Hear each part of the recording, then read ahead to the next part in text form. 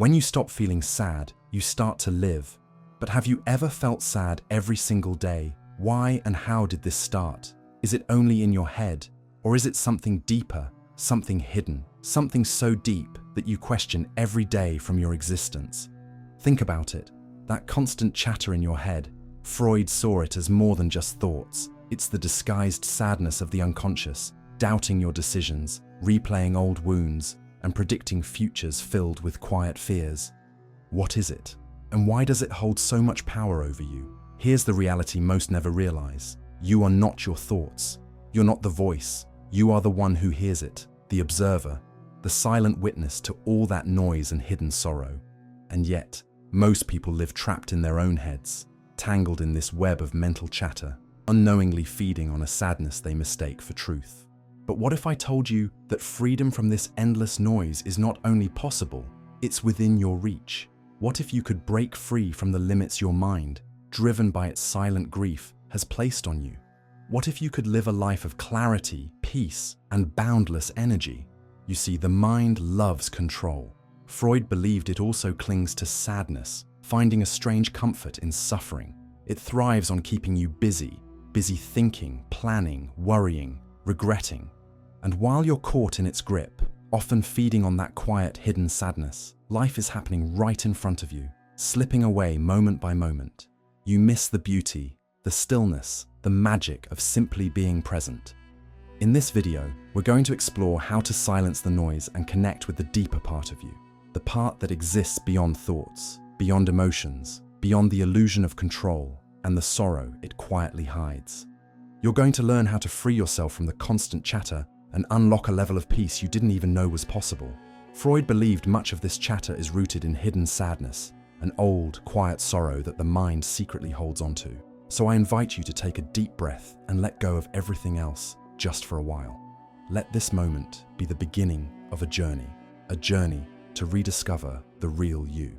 The you that's been there all along, patiently waiting behind the noise and behind the sadness your mind has clung to for so long. Because here's the truth, the voice in your head isn't you. It's often just the echo of old wounds and quiet grief. And once you understand that, you'll never look at your thoughts or your life the same way again. And now, let's dive deeper into uncovering the true nature of that voice and how you can finally reclaim your happiness. When you're alone with your thoughts, what do you hear? A calm and supportive guide, or a restless chatter that never seems to stop? Freud believed much of this noise comes from hidden sadness, old wounds, repressed grief, and quiet longings the mind refuses to let go. Most of us live with an inner voice that never quiets down, a constant narration that analyzes, criticizes, plans, replays, and often mourns. But here's the eye-opening truth. That voice isn't you. Pause for a moment. If you can hear the voice, if you can observe it, doesn't that mean you're separate from it? You're not the chatter itself, you're the one listening to it. And often, you're also listening to the sadness it quietly carries. This realization is a powerful step toward reclaiming your inner peace, because once you know you're not the voice, nor the sorrow it repeats, you can begin to detach from its grip. But why is the voice there in the first place? Freud would say it's not just about protection, it's also about unresolved sadness. Its purpose isn't inherently harmful. It's a mechanism designed to keep you safe, to help you make sense of the world, to predict and plan. Yet, in its overzealous attempts to protect, and in its hidden attachment to grief, it creates mental chaos. It replays arguments, anticipates problems, and often fabricates worries that never come to pass, all while feeding on the quiet sorrow beneath it. Imagine for a moment that you're at a movie theater. The screen displays a breathtaking scene, a sunset over a serene ocean. But instead of enjoying the moment, there's someone sitting next to you, whispering non-stop. Why is the sun that color? Do you think it's going to rain? What's happening next? Behind those questions, Freud would say, often lies unspoken sadness, a longing for control in the face of past pain. That's what your inner voice does. It narrates your life so incessantly, often driven by hidden melancholy, that you miss the beauty of simply being present. So how do you break free? The first step is to observe the voice. Freud believed this voice often carries hidden sadness, old griefs disguised as everyday thoughts. Take a moment right now. Close your eyes if you can. Listen to the thoughts running through your mind. What are they saying? Are they analyzing this video, planning what you'll do next, maybe even doubting whether this practice works? Or perhaps, beneath it all, echoing old worries and quiet sorrows? Whatever it is, just listen. Notice how the voice behaves, as if it has a life of its own, sometimes driven by subtle, familiar sadness. Here's a key insight. The voice isn't you. It's just a pattern, a collection of mental habits and buried feelings. When you observe it without judgment, you create a gap between yourself and the chatter. This gap is freedom. It's the space where you can experience life directly, without the filter of constant mental noise or the quiet sadness it often carries. The voice thrives on your attention. Freud believed it also feeds on hidden sadness, old wounds, and repressed grief woven into its stories. The more you believe in its narratives, the stronger it becomes. But the moment you step back and watch it, its power begins to dissolve. Instead of being the actor caught in the drama, often driven by unconscious sorrow, you become the audience, calmly observing the play. And remember, the goal isn't to silence the voice. That's impossible. Thoughts will come and go, often carrying traces of sadness without you even noticing. Your job is to recognize that they're just thoughts, not reality.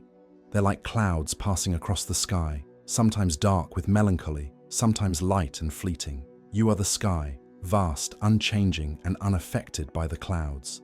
This is the foundation of inner freedom, understanding that you are not your thoughts, nor the sadness they sometimes carry. You are the awareness behind them.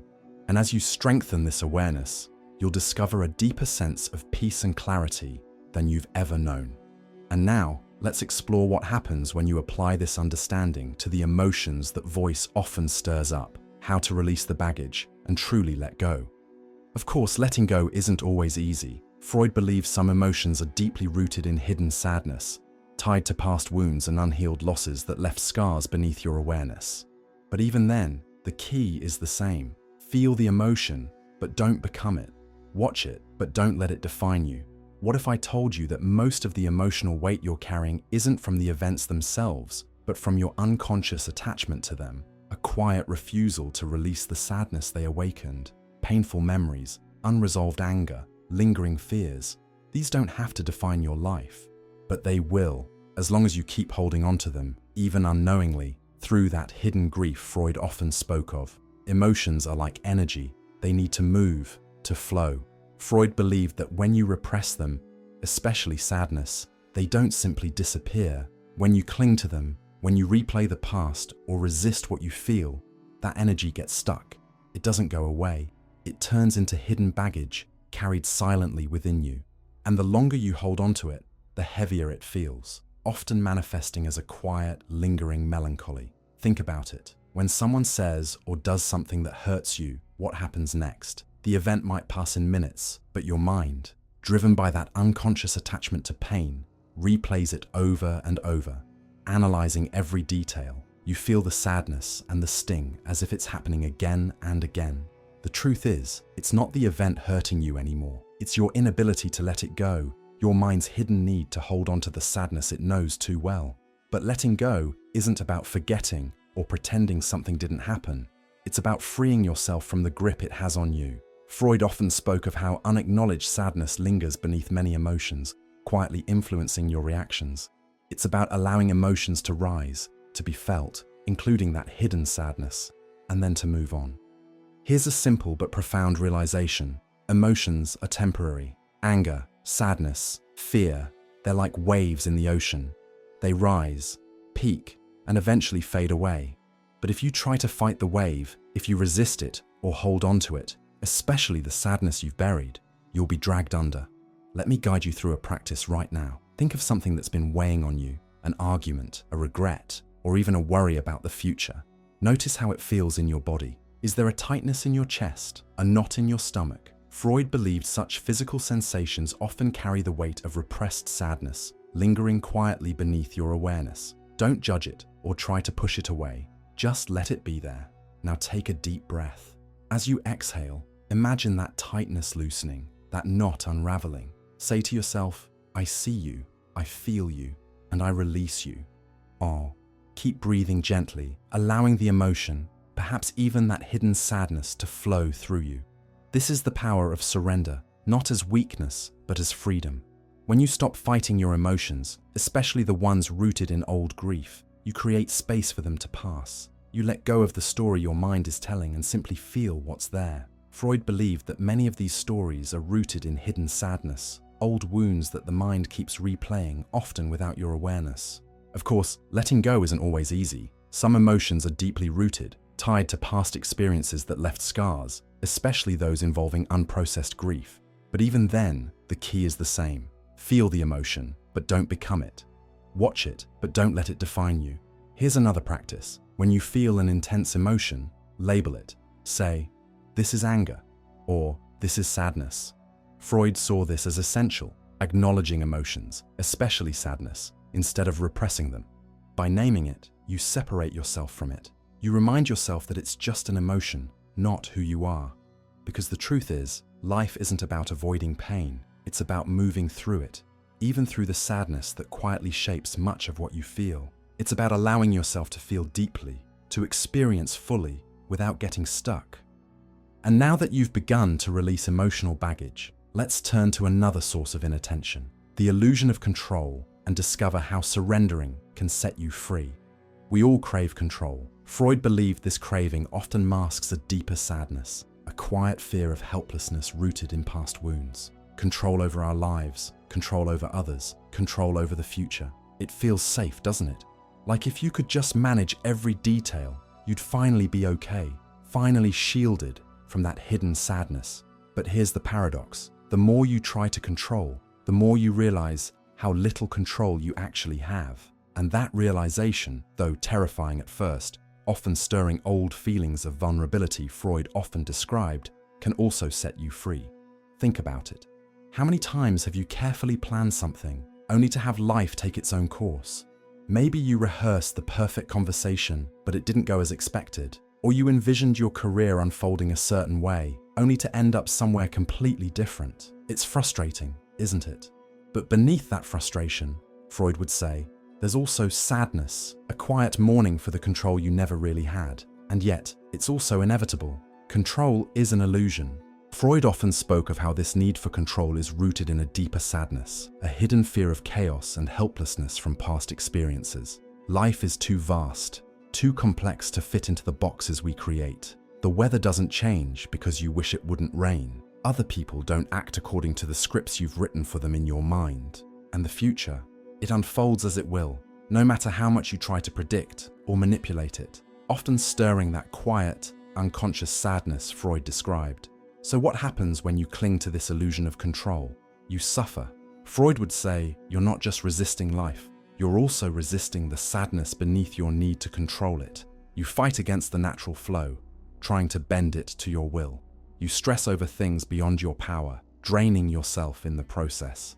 It's like trying to hold water in your hands. The tighter you grip, the more it slips away, and the more you're left holding nothing but that old, familiar emptiness. But what if you let go? Freud believed that beneath the need for control often lies a hidden sadness, a quiet fear of loss and helplessness from the past.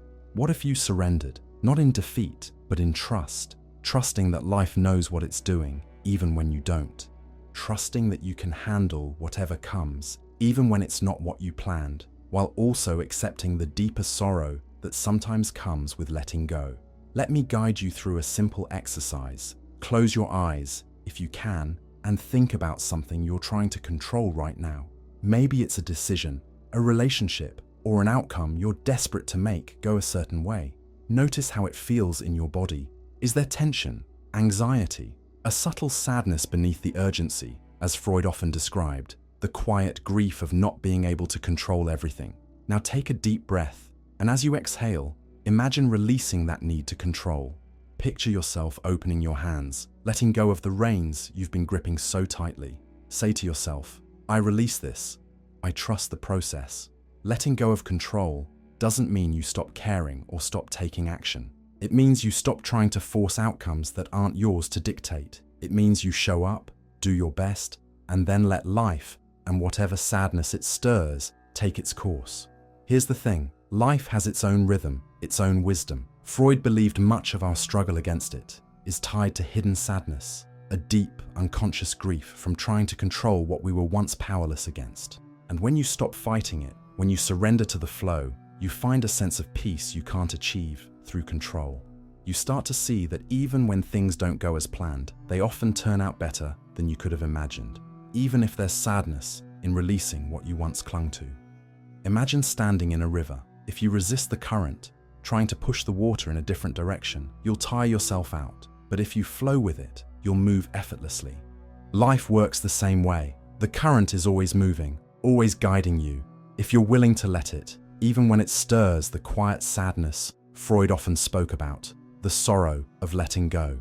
But surrendering isn't just about external circumstances, it's also about your inner world. How often do you try to control your thoughts or emotions, forcing yourself to feel a certain way? Freud would say this very resistance often deepens your suffering, turning sadness into something heavier. What if you simply allowed them to be? What if you trusted that they too will flow and fade, just like everything else? Here's a mantra you can carry with you. I control what I can, and I let go of what I can't. Repeat it whenever you feel the urge to grip tightly, to force or resist. Freud believed that this urge often hides an old sadness, a quiet fear of losing control rooted in earlier wounds. This mantra is a reminder that while you can influence your actions, your choices, your attitude, the rest is up to life, and sometimes letting go means accepting the sadness that comes with it. Now that you've loosened your grip on control, let's explore how to live more openly and freely, unlocking the full potential of your heart and your life. Imagine a life where you wake up every morning with a sense of freedom, where your heart feels light, your mind is at peace, and you're open to whatever the day may bring. That's the essence of living openly. But Freud would remind us that for many, this remains a distant dream, because we've built walls around ourselves, often reinforced by hidden sadness, old grief, and the quiet need to protect ourselves from pain. Think about it. How many times have you held back your feelings out of fear of being judged, or avoided opportunities because you didn't want to fail, or because deep down you feared reopening the sadness you've carried all along? These walls may feel like they're keeping you safe, but Freud would say they're often built from hidden sadness, old wounds, and repressed pain disguised as protection, and in truth, they're also keeping you trapped. They block the flow of life, the connection to others, and the beauty of new experiences, all while quietly feeding on that underlying sorrow. Living openly doesn't mean you won't face challenges or get hurt. Freud knew that pain, and the sadness beneath it, is inevitable, but it means you stop letting the fear of those things dictate your life. It means you choose to embrace life fully, with all its unpredictability, imperfection, and even the sadness that may arise along the way. Let's start with the heart. Freud believed that beneath many defenses, it's the heart, often burdened by unacknowledged grief, that holds the deepest energy in your body. When it's open, you feel alive, connected, and at peace. But when it's closed, Freud believed it's often because of hidden sadness, old hurts, and unhealed grief that quietly shape your defenses. You feel isolated, defensive, and heavy. So why do we close our hearts? It's usually because we're afraid of being vulnerable, of getting hurt, of being seen for who we truly are. But here's the truth. Vulnerability isn't a weakness. Freud would say it's actually where much of your repressed sadness hides, and facing it is a pure expression of strength.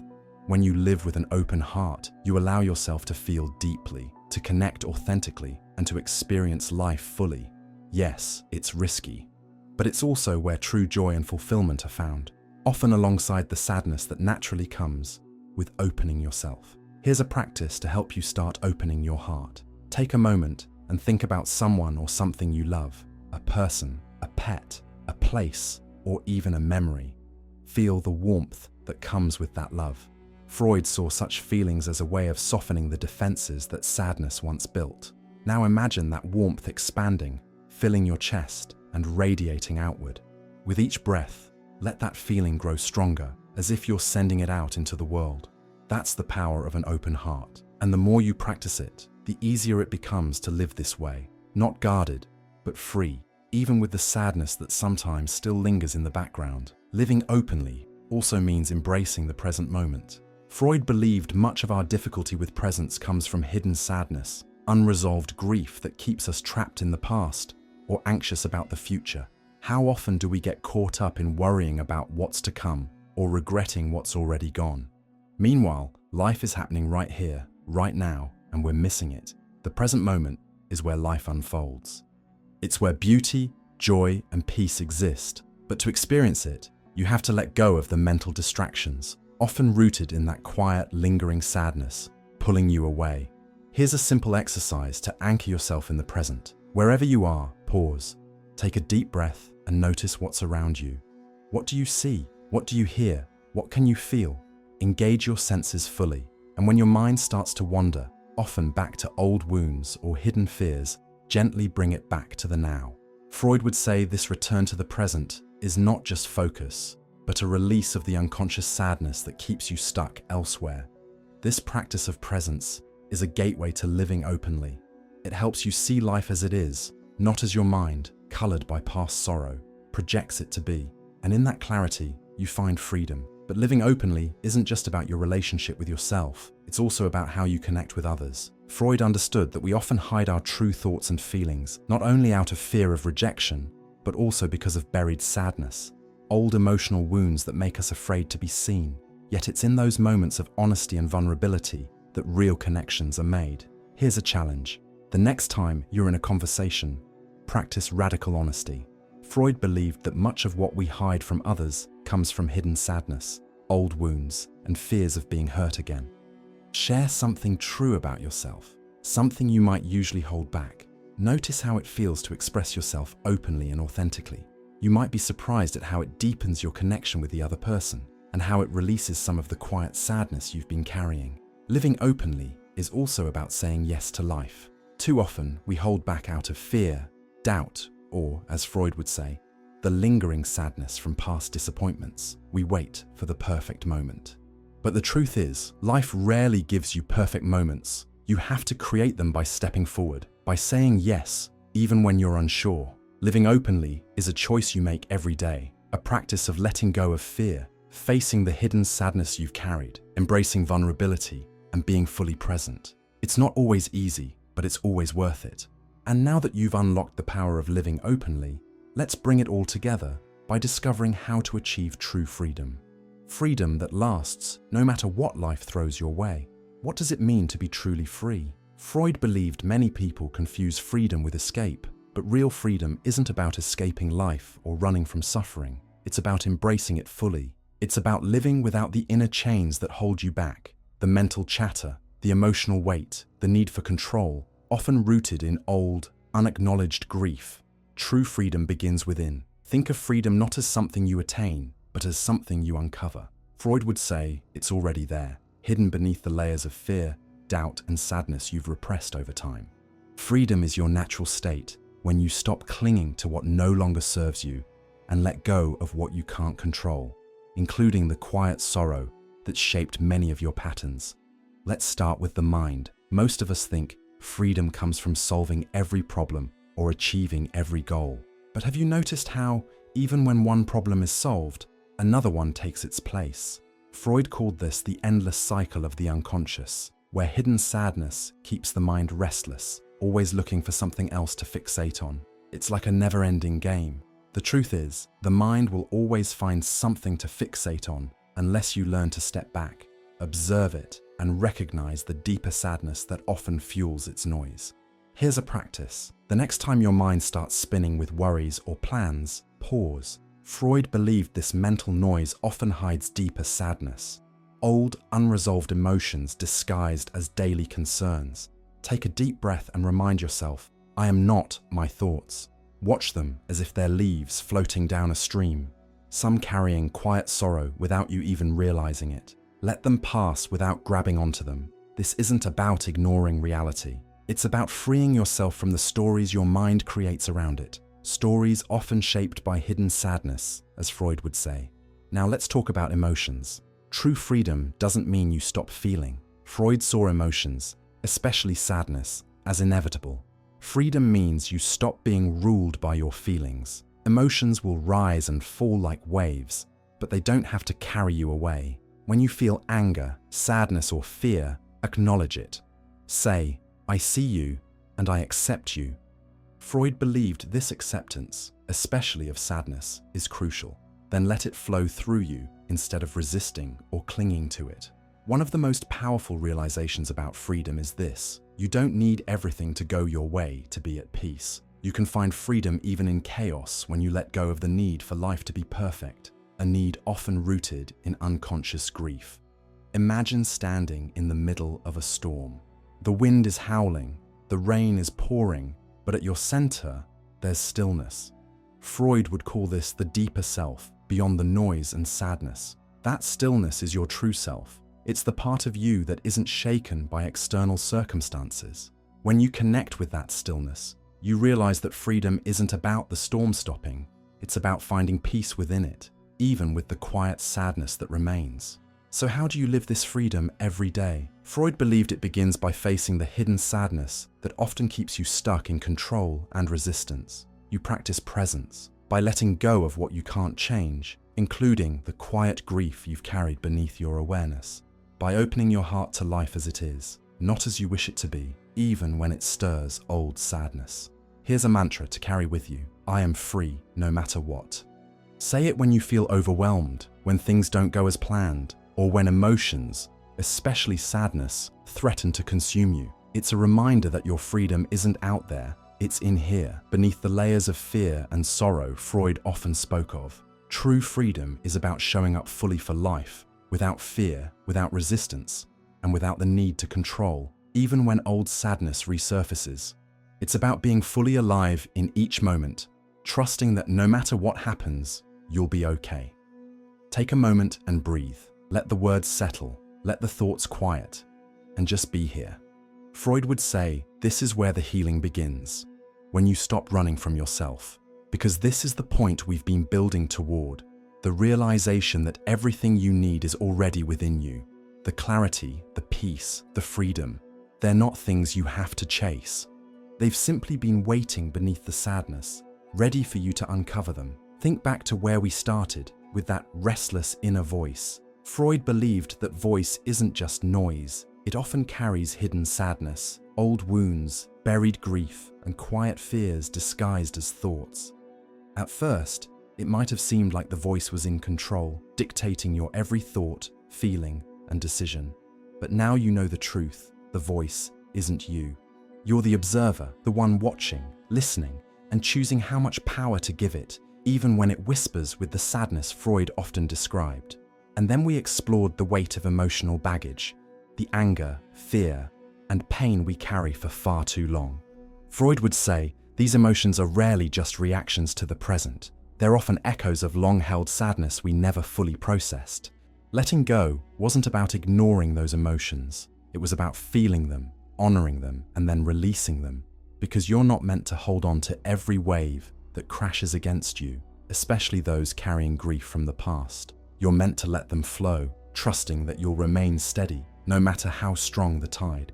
From there, we uncovered the illusion of control, the false belief that we can shape every outcome, avoid every mistake, and protect ourselves from life's uncertainty. Freud saw this need for control as deeply connected to hidden sadness, the wish to avoid old pain. True freedom came in the surrender, in trusting the flow of life and realizing that the less you resist, the more peace you find, even when sadness is part of the process. And finally, we stepped into the art of living openly. No more walls, no more hiding. Freud would say, this is where we stop protecting ourselves from old wounds and finally allow connection. Instead, an open heart, ready to love and be loved, to embrace life's moments with courage and authenticity.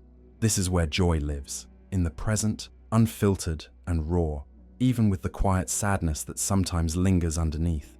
So what's next? What do you do with all this knowledge? Freud would say that the hardest part is not just learning, it's facing the hidden sadness that often pulls you back into old patterns. The answer is simple: practice. This isn't a one-time shift, it's a daily choice. Every moment, you have the opportunity to step back and observe, to recognize when your mind is clinging to old fears or quiet grief, to release what doesn't serve you, to let go of control, and to open yourself to the infinite possibilities of life, even when sadness is part of the process. Because freedom isn't a destination, It's not a finish line you cross or a prize you win. Freud believed it's a state of being that comes when you stop resisting your own depths, including the sadness you've avoided, and begin to integrate it. Freedom is choosing, again and again, to return to yourself, to trust yourself, to live fully and openly, no matter what life brings. So, as you leave this video, take one more deep breath. Feel the stillness within you, that unshakable part of you that nothing can disturb. Even the sadness Freud knew is woven into every human heart. Carry that with you, let it guide you, and remember, you are free, not because of what's happening around you, but because of what's happening within you. Thank you for joining me on this journey. Now go and live the freedom that has always been yours. Grief, joy, and all